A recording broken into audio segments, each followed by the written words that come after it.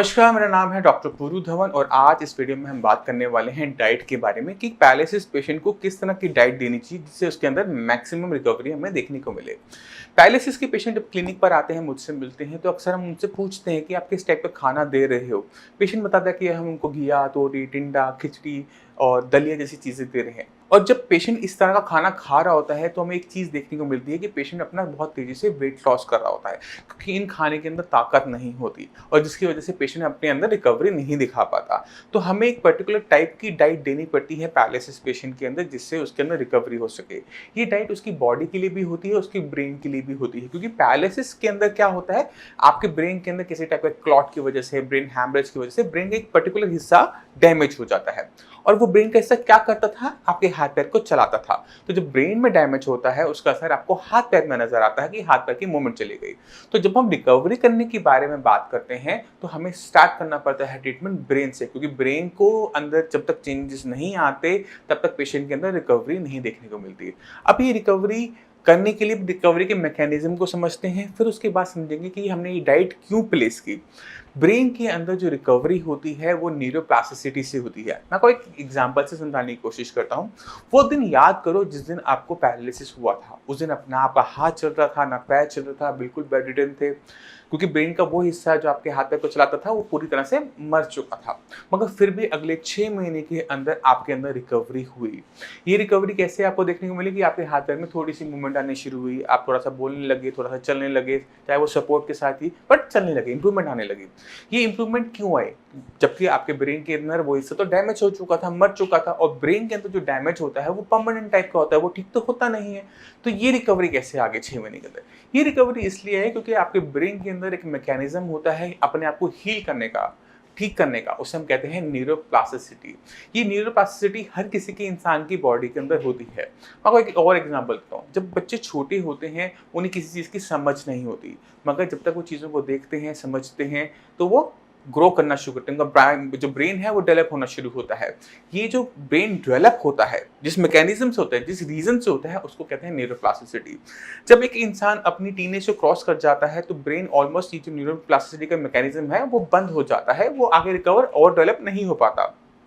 मगर जब पेशेंट को पैरालिसिस का अटैक पड़ता है तो बॉडी इसको दोबारा से स्टार्ट करती है, मगर स्टार्ट करने के बाद ये अगले 6 महीने तक ही काम करती है। उसके बाद आप देखोगे कि इसकी जो आपकी पैरालिसिस के अंदर रिकवरी है वो बंद होनी शुरू हो गई। आप एक्सरसाइज करवा रहे हो तो भी रिकवरी नहीं हो पा रही। तो यहाँ ज़रूरी होता है कि ब्रेन के लिए न्यूरोप्लास्टिसिटी को कंटिन्यू रखना, जिससे पेशेंट के अंदर इंप्रूवमेंट होती रहे। अब न्यूरोप्लास्टिसिटी के लिए क्या रिक्वायरमेंट है उसको समझेंगे और उस हिसाब से हम यहाँ पर डाइट डालेंगे, खाने में चीज़ों को बदलेंगे। अब ब्रेन को एनर्जी चाहिए, ब्रेन को प्रोटीन चाहिए, क्योंकि हमारा पूरा शरीर प्रोटीन का बना हुआ है। ये 2 इंपॉर्टेंट चीज़ें हैं जो एक हमें किसी पैरालिसिस पेशेंट को डाइट में देनी होती है। अगर आप खिचड़ी, दलिया चीज़ें खा रहे हो तो ब्रेन को प्रॉपर तरीके से प्रोटीन नहीं मिल पा रहा, प्रॉपर तरीके से एनर्जी नहीं मिल पा रही। पेशेंट वेट लूज कर रहा है, ब्रेन भी वेट लूज कर रहा है, वो कमज़ोर होता जा रहा है, जिससे हमें पेशेंट के अंदर रिकवरी देखने को नहीं मिलेगी। तो हम एक पैरालिसिस के पेशेंट को पहलवानों वाला खाना देंगे और पहलवानों वाली एक्सरसाइज भी करवाएंगे। जितना अच्छा खाना उतनी अच्छी एक्सरसाइज पेशेंट करने लायक बनता है। अगर हमने पेशेंट को खाना ढंग से नहीं दिया, आप उसको दलिया खिचड़ी दोगे और कहोगे कि आप जाओ एक्सरसाइज करो, तो उसकी बॉडी में एनर्जी नहीं है ना। तो हमें उसकी बॉडी में एनर्जी डालनी ज़रूरी है। तो डाइट के अंदर सबसे इंपॉर्टेंट जो चीज़ होती है वो प्रोटीन, कि पेशेंट को हमने प्रोटीन देना है। अब हमारे खाने में प्रोटीन कहाँ से आता है?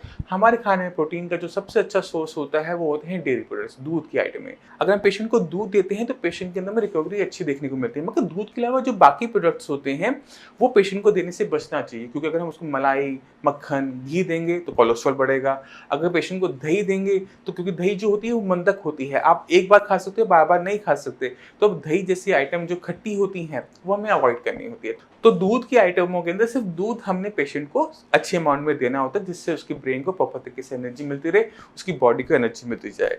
अब दूसरी जो सबसे इंपॉर्टेंट चीज़ होती है डाइट के अंदर वो है दाल है, क्योंकि दाल है वो प्रोटीन का बहुत अच्छा सोर्स है।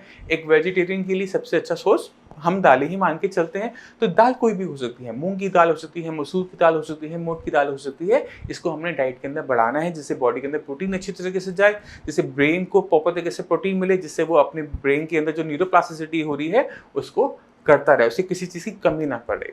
ये दूसरी इंपॉर्टेंट चीज़ डाइट के अंदर। तीसरी इंपॉर्टेंट चीज़ होती है जो हमारे मशरूम्स होते हैं, हमारे जो सोयाबीन होती हैं, उनको भी डाइट में इंक्लूड करना, क्योंकि ये भी प्रोटीन का अच्छा सोर्स है। तो ये जो मैंने आपको प्रोटीन का सोर्स बताया, ये मैंने आपको एक वेजिटेरियन के लिए बताया। मगर नॉन वेजिटेरियन पेशेंट के अंदर हमें रिकवरी फास्ट देखने को मिलती है, क्योंकि उसकी बॉडी के अंदर कुछ अच्छे एलिमेंट्स और जा रहे होते हैं। अक्सर जो पेशेंट नॉन वेजिटेरियन हमारे के पास आते हैं, उनको हम बोलते हैं कि अपनी डाइट के अंदर एग्स, फिश को ऐड करो, क्योंकि एग और फिश एक ऐसा प्रोटीन है जिसके अंदर कोलेस्ट्रॉल की मात्रा कम होती है, ये बॉडी में बहुत तेज़ी से एब्जॉर्ब होता है और बॉडी को बहुत तेज़ी से एनर्जी देता है। तो अगर आप नॉन वेजिटेरियन हैं, नॉन वेज खा लेते हैं, तो आपने चिकन और मटन पे ध्यान नहीं देना, आपने मैक्सिमम ध्यान देना है फिश के ऊपर और एग्स के ऊपर, क्योंकि ये आपकी बॉडी को एनर्जी देने के लिए सफिशिएंट है। आपका कोलेस्ट्रॉल भी नहीं बढ़ेगा और आपकी बॉडी में तेज़ी से एनर्जी भी जाएगी, आपके ब्रेन को एनर्जी जाएगी और आपके ब्रेन में तेज़ी से इंप्रूवमेंट भी होगी। तो ये जो डाइट है जो हम इंक्लूड कर रहे हैं वो ज़रूरी है। अब ध्यान रखने वाली बात है कि हमें डाइट के अंदर कुछ चीज़ें बंद भी करनी पड़ती हैं, कम भी करनी पड़ती हैं, और क्यों करनी पड़ती है उसको समझने की कोशिश करेंगे। आपको ब्रेन हैमरेज हुआ था बीपी की वजह से, अब बीपी अगर हमारा बढ़ता है तो दिक्कत बढ़ती है। अब हमें डाइट में कुछ चीज़ें बंद भी करनी पड़ती है, क्योंकि हमें दोबारा से अपने आप को पैरालिसिस से बचाना है। अब एक किसी पेशेंट को पैरालिसिस का स्ट्रोक क्यों पड़ता है, या तो बीपी की वजह से, कोलेस्ट्रॉल की वजह से, डायबिटीज़ की वजह से। तो इन तीनों चीज़ों का भी हमें डाइट में ध्यान रखना पड़ता है कि ना हमारा कोलेस्ट्रॉल बढ़े, ना हमारा बीपी बढ़े, ना हमारी शुगर बढ़े। तो हम बीपी के लिए क्या करते हैं, हम अपने खाने में नमक की मात्रा कम करते हैं। इसके साथ अचार, चटनियों को हमें बंद करना पड़ता है, क्योंकि इनके अंदर नमक की मात्रा ज़्यादा होती है। नॉर्मल चपाती, राइस खाएं, उसमें नॉर्मल अमाउंट में सॉल्ट लें, कोई दिक्कत नहीं होगी अगर आपका बीपी ठीक आ रहा हो। अगर आपका बीपी ज़्यादा आ रहा है तो आपकी सॉल्ट के इंटेक को कम करना है, इसका अपने ध्यान रखना है।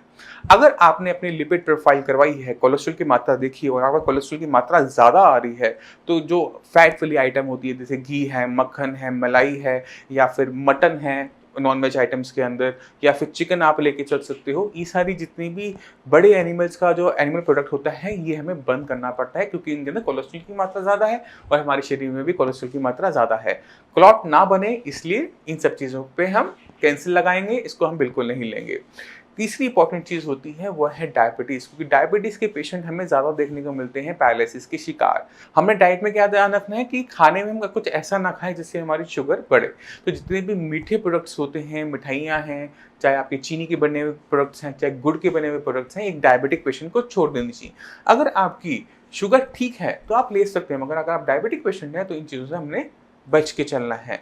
और अगर आपको अभी शुगर नहीं है और आपकी फैमिली में आप देखते हो कि आपके फादर मदर को शुगर रह चुकी है, तो भी आपने अपने आप को बचा के चलना है, क्योंकि जब आपकी शुगर बढ़ेगी आपको पता भी नहीं लगेगा, और दोबारा से अगर पैरालिसिस का अटैक हो जाता है, क्लॉट बन जाता है, तो हमारी दिक्कतें बढ़ जाती हैं। तो इन चीज़ों को हमें डाइट से निकालना है। मैं उम्मीद करता हूँ इस वीडियो से आप समझ गए कि पैरालिसिस पेशेंट को अपनी डाइट के अंदर प्रोटीन को हाई रखना होता है, और कोलेस्ट्रॉल जैसी चीज़ें को बचने के लिए हाई फैट वाली चीज़ें, नमक वाली चीज़ें, खट्टी चीज़ों को अवॉइड करना चाहिए, जिससे हमारी जो कंडीशन है वो स्टेबल बनी रहे। हाई प्रोटीन की वजह से हमारे ब्रेन में अच्छी रिकवरी देखने को मिले, पेशेंट की बॉडी में एनर्जी बने रहे, जिससे उसके ब्रेन को भी एनर्जी मिले, उसकी बॉडी को भी एनर्जी मिले, पेशेंट सही तरीके से एक्सरसाइज कर सके और कम से कम टाइम में रिकवरी दिखा सकते। फिर भी आपके माइंड में कोई भी डाउट हो, कुछ भी पूछना चाहते हो, तो नीचे दिए नंबर पर कॉल कर साइंस इंजीनियरिंग डॉक्टर से आप फ्री ऑफ कॉस्ट कंसल्टेशन ले सकते हैं। आप मुझसे भी आकर मिल सकते हैं। अब इसी के साथ आपसे उसे मैं चलने की आगे चाहूँगा। मिलते हैं अगली वीडियो में, तब तक के लिए धन्यवाद।